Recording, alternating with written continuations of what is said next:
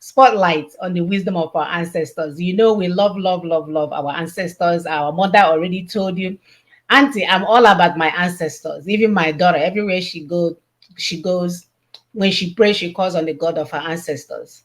Because I told her a story how our grandmother, like whenever you have any issues and your parents are chasing you or whatever, you go to your grandparents' house. If your father bring his madness there, your grandmother will pick him up and throw him outside. So we know for years that our Absolutely. ancestors, huh? I said absolutely. Yes. So we know our ancestors. Grandparents are wonderful.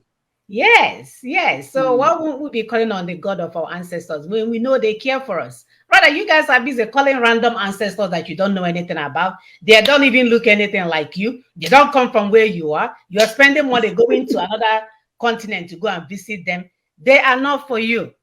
So we are all about our ancestors because our ancestors are brilliant. They, have a lot of ingenuity. They have paved the path for our progress. So we are honoring the invitations because they came before us. We know they are very resourceful. So we'll pay homage to their creativity. So I will let my sister tell you what we will be talking about today. Etonko, pouring libations in Igbo culture. Thank you so much, my sister. Thank you for this segment.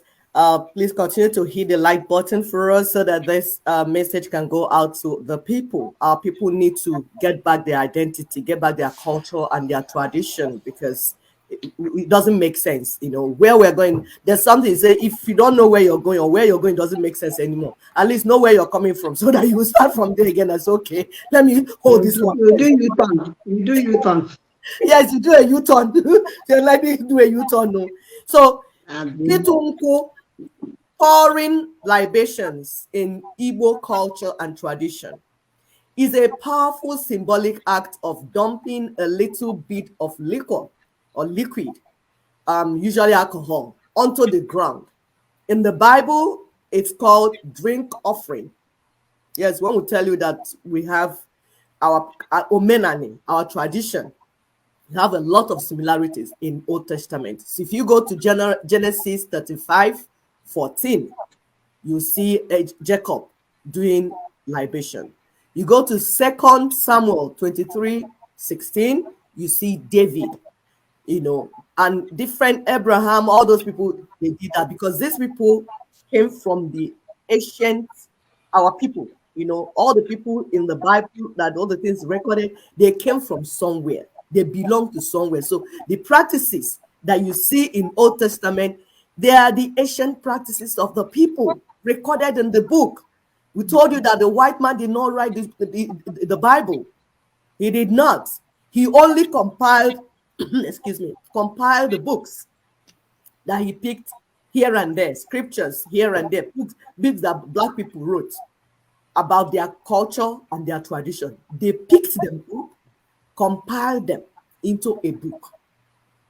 Some they misinterpreted, some they misrepresented. But we are here to set things right, to put things in right perspective. It belongs to us. It does not belong to the colonial monsters. So we will redirect things.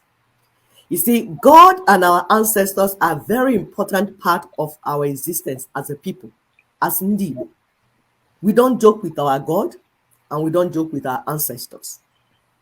Because our ancestors, under the guidance of our God, called Chiukwu or Chi Ndibo, played a crucial role in who we are, and then in helping us, guiding us to the choice ancestral land, Alibo, where we occupy today, and who we have become. All the wars they fought to get and secure our lands and resources. Some died as they discovered and tried out different items. Some have become healthy food that we eat today. Some of the food that we eat, the colonial masters are investigating them, bringing out medicinal properties, because in our culture, as we eat, our body is healed. We don't eat diseases and poison. What we eat heals us. It was our ancestors under the guidance of Chindibo that guided that guided them into bringing this food that we inherited and we are eating today, and it's making us look fresh and look younger. They discovered herbs for treating different diseases and ailments. They handed down cultural purity and righteous practices that kept us from diseases that afflict other nations. Before, some diseases that we hear today, we're in medical field. Some diseases that we hear today, we don't even hear them in our land. Because from the practice, the righteous practice, the things that are abomination in our land that we are told not to do, we are kept clean and we are kept pure. So then they handed already told Sister Tumba if she needs to go, she can go. Already told her. I'm interested in what you're saying. Okay, so don't worry about her. so our ancestors are the ones that discovered these herbs that help to treat us and diseases. They handed over cultural purity, righteous practice that kept us from diseases that afflict other nations. A system of truth they handed down to us, a system of truth called Ezioku Bondo. That means that truth will keep you alive and protect you. A system of honesty that ensure equity and justice in our society. This is our inheritance. We inherited it. Our ancestors taught us to love God, uphold the spirituality, the knowledge of God that is so empowering. So we have every reason to be grateful to them. We have every reason to show appreciation to them. So why do we pour libation? We pour libations to our God and Igbo ancestors as a way to pay homage, to show reverence, to show appreciation and gratitude to them for all their love and sacrifices for us. We therefore invite them, invite their energy. Some people these days, you hear spiritual energy, everybody energy. Yes, we've been living that life before now. We are aware that there's some form of something that is outside us that helps us to go, guides us in our ways. All the places you see in Igbo will travel all over. They will tell you that anywhere you get to and you don't see any Igbo, run away from there. We had something that was guiding us. We are not just going because our name is called Okechukwu or because my name is Monachi, then I'll carry my head and go. No, there was something that was outside of us that will guide us. Say, go, stop, wait, be kind to that man, do this, all this. So we invite them and their energy to be part of any special event, an establishment like marriage, the journey of marriage. For our daughters, we have told you that Igbo daughters are ambassadors. When they are being married into another family, another home, another nation, we send them out as ambassadors to represent us, to carry on our good practice to those people. We are like Ife, we are like lights. We take lights to other lands and help them to establish homes and legacies according to what we inherited from our ancestors. That's the role the daughters of Igbo land play.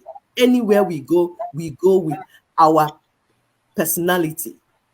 That personality of being industrious, being honest, being truthful. We carry it into those homes, into those establishments. So if you're not doing that as an Igbo woman, know that's why you're going where you're going. You're not going anywhere to dupe them or to scatter their families or to destroy things. No, you're going there to throw light into the land. Go with your legacy that you inherited to beautify the place that you're going. For our sons that are going into marriage, as they begin to create and build their own families and legacies, they invite these energies to guide them. The next thing is who and how to, when and how to pour out libations. By who and with what. So fathers pour libations as they pray for their families. As they receive and welcome guests. into their homes, like their Obi. We have done it here. I've told you about Obi.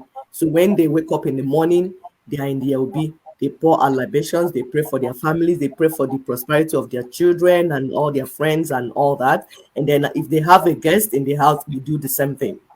They pour out libations at special events and gatherings.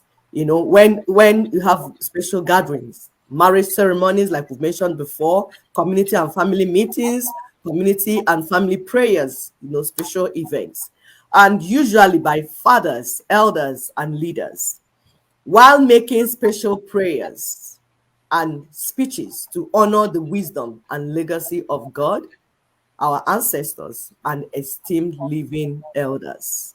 So in marriage ceremonies, beginning of a journey or a new establishment, we do this as we invite the energy, like we said, love, wisdom of God and of our ancestors to guide the new couple or those embarking on the journey. So what do we use? We've mentioned before, we use palm wine or other alcoholic drinks, spirit, some people call it, liquor, some people call it. And then during that special prayer and speeches, we use powerful words, sentences, phrases that we call idioms and proverbs in Igbo language. We use those words, that coded words that we release, very powerful. When you send out one, it goes with the energy, and then doors are opened and people receive guidance. So it's very, very important. However, now we have a caveat. My sister just pulled up.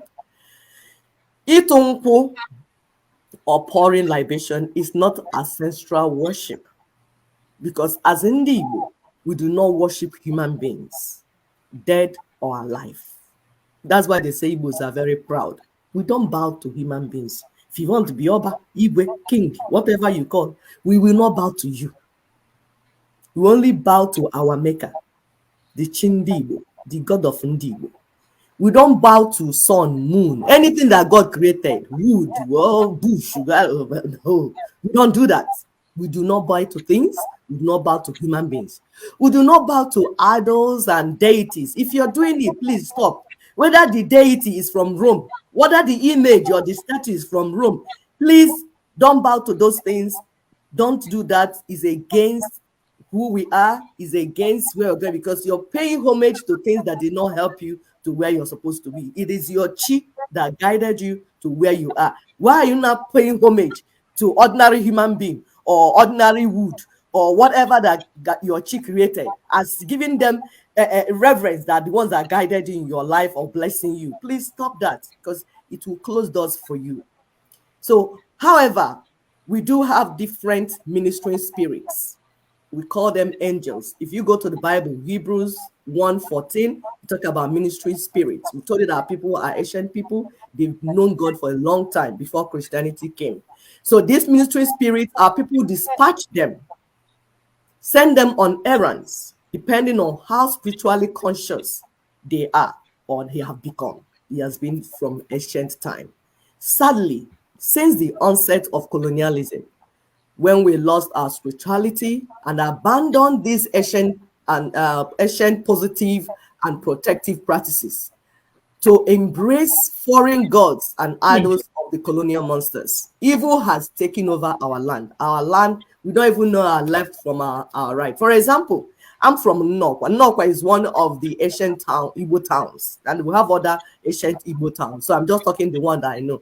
Before, Nnokwa people do not die in horrible accidents. You just see that they happened and they were fine. They will be fine. It did not used to happen. And if it ever happens, that means it's an indication that justice was breached somewhere. And our people will go for spiritual inquest, what we call Ebafa, to find out what happened that this calamity befell one of us. And then once they find out, they do what we call atonement, which is Ikwaru. Because Ikwaru is not the same as sin. There's sin, that means you offend someone, you say sorry. But there's what you call Aru, abomination. When you commit that, the solution is not praying a rosary or shouting Jesus, Jesus. No, the solution is to go and do atonement, and the people in the land will show you how to.